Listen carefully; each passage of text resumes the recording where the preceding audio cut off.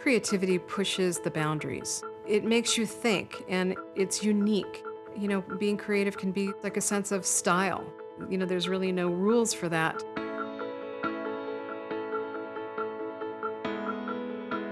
I think a lot of people don't really understand what it is that we do, but I've always said that casting is like the perfect dinner party. And not only do you have to have the right people at the table, you have to have the right people sitting next to each other.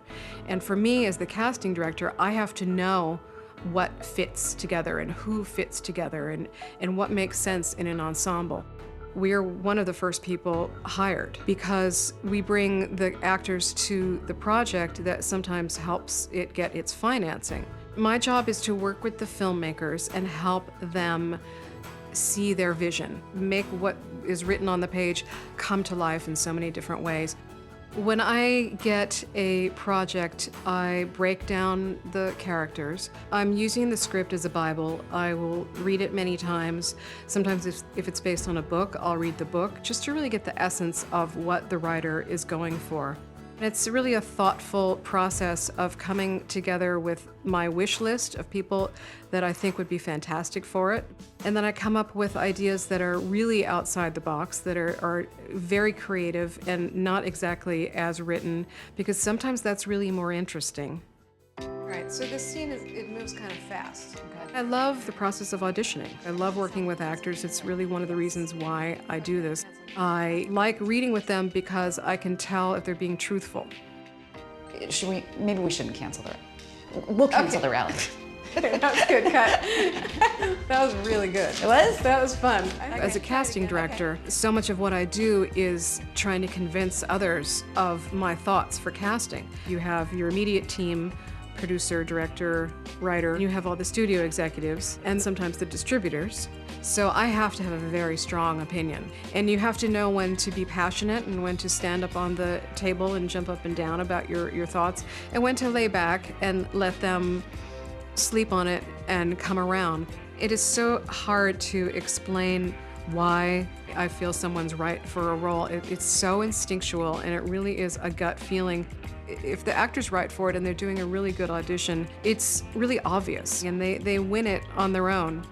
So the right actor in the right part really brings the whole project together. They become those roles. It's part of the storytelling. For the audience, we invest part of ourselves in seeing those actors as well because we can relate to them. It definitely can make or break the film. When I'm casting a project, it's really a 24/7 job. So much has happened already at night while I'm sleeping or in the morning that when I get into the office, I'm literally jumping on this train that's already going and just trying to catch up.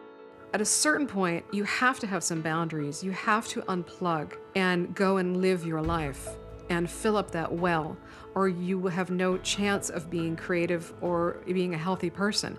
You have to find balance. You have to feed your soul to be creative.